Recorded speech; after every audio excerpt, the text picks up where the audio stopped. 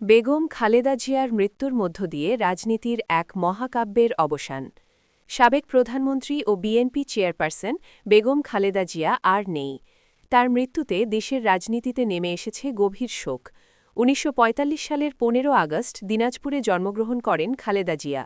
শহীদ রাষ্ট্রপতি জিয়াউর রহমানের সহধর্মিণী হিসেবে রাজনীতিতে তার পথ চলা শুরু হলেও ১৯৮১ সালে স্বামীর মৃত্যুর পর তিনি নিজেই হয়ে ওঠেন বিএনপির প্রধান নেতৃত্ব। স্বৈরাচার বিরোধী আন্দোলনে গুরুত্বপূর্ণ ভূমিকা রেখে ১৯৯১ সালের নির্বাচনে বিজয়ী হয়ে তিনি হন বাংলাদেশের প্রথম নারী প্রধানমন্ত্রী। তার নেতৃত্বে দেশে পুনঃপ্রতিষ্ঠিত হয় সংসদীয় গণতন্ত্র। পরবর্তীতে ২০০১ সালেও নির্বাচনে জয়ী হয়ে দ্বিতীয়বারের মতো রাষ্ট্র ক্ষমতায় আসেন তিনি। তবে রাজনৈতিক জীবনের শেষ অধ্যায় ছিল নানা সংকট ও চ্যালেঞ্জে ভরা। দুর্নীতি মামলায় কারাবাস, দীর্ঘদিন গৃহবন্দী থাকা এবং জটিল রোগে আক্রান্ত হয়ে রাজনীতি থেকে তিনি অনেকটাই বিচ্ছিন্ন হয়ে পড়েন। দীর্ঘ চিকিৎসা শেষে অবশেষে তিনি ইন্তেকাল করেন।